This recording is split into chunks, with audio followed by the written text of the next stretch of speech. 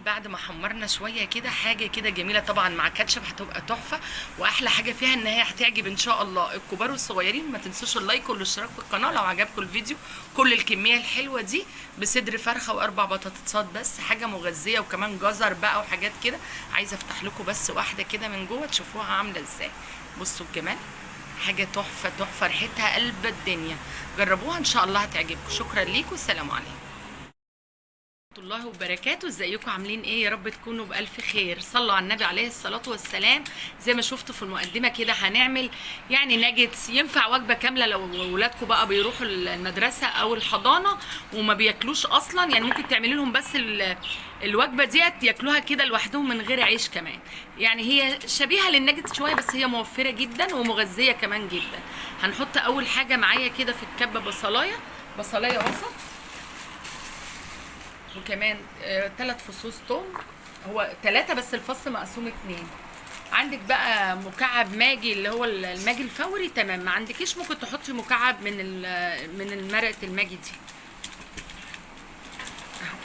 هننزل كمان بنص معلقه كزبره ناشفه، وكمان نص معلقه فلفل اسود،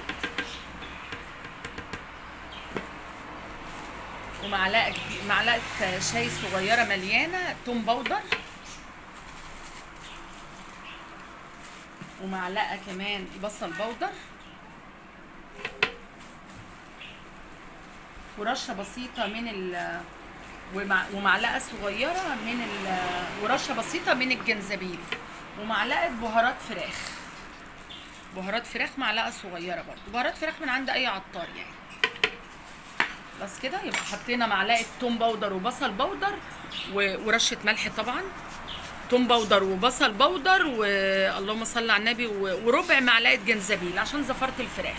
وهننزل كمان بحته فلفل صغيره، يعني ما تجيش نص فلفلايه كده. وهنضرب كل الكلام ده. طيب المفروض الوصفه دي بنحط لها جزر، بس الحقيقه انا ما عنديش جزر دلوقتي في الثلاجه، فعلى طول انا في الشتاء بيبقى الجزر حلو ومسكر قوي، فالحقيقه بحطه في الفريزر. فانا يعني دلوقتي هضرب مع البصلايه يعني قيمه جزرايه كده، جزرايه كبيره مبشوره. حطينا بقى زي جزرايه كده. هنحط بقى الكبه بتاعتنا. هنفرم الاول قبل ما نعمل يعني اي حاجه، هنفرم الجزره البصل على فكره لو مش حابه انك تحطيه عادي ممكن ما تحطوهوش، بس بيدي طعم احلى. فرمنا كده الجزرايه، تعتبر جزرايه والبصل بالبهارات اللي احنا حطيناها. هنسيب دول بقى على جنب. وتعالوا هنا معايا. الوصفه دي احلى حاجه فيها انها موفره جدا، يعني ما بتاخدش مننا حتى يجي نص كيلو. يعني عندي صدر واحد كده من الفراخ، وما سبتوش فك 100%. الفراخ لما ما بتفكش على فكره 100% بتعرفوا تفرميها كويس قوي في الكب. عندي كده صدر بس هشيل منه الجلد. صدر فرخه واحد، شيل الجلد ده خالص مش عايزينه. شلنا بقى الجلد واي عظم، لان طبعا الصدر ده يعني مش جايبينه من عند الفرارجي، ده فرخه كده شلنا منها الصدر. هنقطع طبعا وهي متقطعه سهله جدا وهي متلجه، وكمان بتتفرم في الكبه مش متلجه 100%، يعني فكه شويه بس مش 100%. هنحط بقى صدر الفرخه بتاعنا كده في الخلطه اللي احنا عملناها، وهنفرمها كويس قوي. بصوا بقى، فرمنا البصل مع الثوم مع الفراخ مع الجزر مع كل حاجه، فرمه كده يعني ايه باين لها شخصيه شويه مش معجون قوي. هننزل عليها دلوقتي ب4 معالق من النشا. 1 2 3. بقيت بقى الكيس كله ده الرابع. بس كده هنديها برده كده ايه فرمه بسيطه. عندي دلوقتي الاول بعد ما حطينا النشا انا سلقه هنا دلوقتي 4، يعني دول 5 بطاطسات على الصدر ما شاء الله بتاع الفرخه. كان صدر كبير يعني مش صدر صغير، فسلقت له. ممكن تزودي او تقللي في البطاطس براحتك. وعلى فكره الخطوه ديت ممكن ما تحطهاش في الكبه، بس انا للسهوله يعني هديها كده. احط البطاطس مع الخلطه بتاعتي سلقاها بقى وسبتها تبرد، ما ينفعش تكون سخنه. هنزل عليها كده تاخد لفه واحده بس. فرمنا البطاطس مع الفراخ والجزر والبصل والتوابل بتاعتنا. بصوا سمكها هي دلوقتي، بصوا تحس ان هي ايه ملزقه شويه كده. هوريكي دلوقتي هنشكلها ازاي. هي دلوقتي بصوا بتتماسك في يعني بتلزق في الايد، بس هوريكي. بس عايزه اوريكم الكميه، بسم الله ما شاء الله. دول على فكره 4 بطاطسات بس، ما حطيتش الخمسه، لقيت ان كده يعني الكميه حلوه، وكمان عشان ايه ما تبقاش كتير على الفراخ. هاتي يا شوك. شكلها طبعا زي ما انتم شايفين عجينه طريه خالص. في المرحله دي لازم تكون ايدينا منعصه زيت، وهناخدها كده بالشكل ده كده في ايدينا اهو بالشكل ده. ما مش هتشبط خالص لو لما ايدك ما يعني فيها شويه زيت. وهنروح نازلين في البقسماط بالشكل ده كده. طبعا ممكن تخليها كوره كده، بس هي الصراحه يعني طلع ترند اليومين دول، وهي طالعه بالشكل ده شكل الدوناتس كده بس. واحنا بنشكل هنروح حاطين صباعنا بس كده.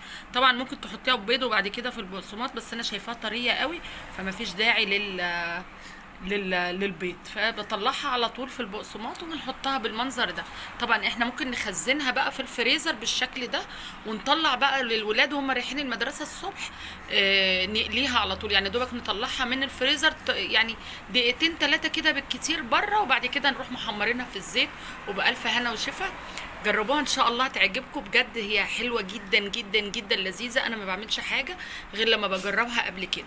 هعمل الكميه كلها وبعدين اقلل لكم كام واحده كده عشان تشوفوها لما بتتقلي بيبقى شكلها عامل ازاي. بصوا بقى ما شاء الله الكميه بتاعتنا حلوه قوي، بصدر فرخه و4 بطاطسات مسلوقين. طعم مش عايزه اقول لكم، وحياه ربنا تحفه. هيعجبكم جدا. ومش عايزه اقول لكم ليه، لا هقول لكم ان الطعم فعلا حلو قوي. بصوا ما شاء الله الكميه. هنحطه بقى في الفريزر يتماسك، لانه طبعا مش هينفع نحفظه في الفريزر.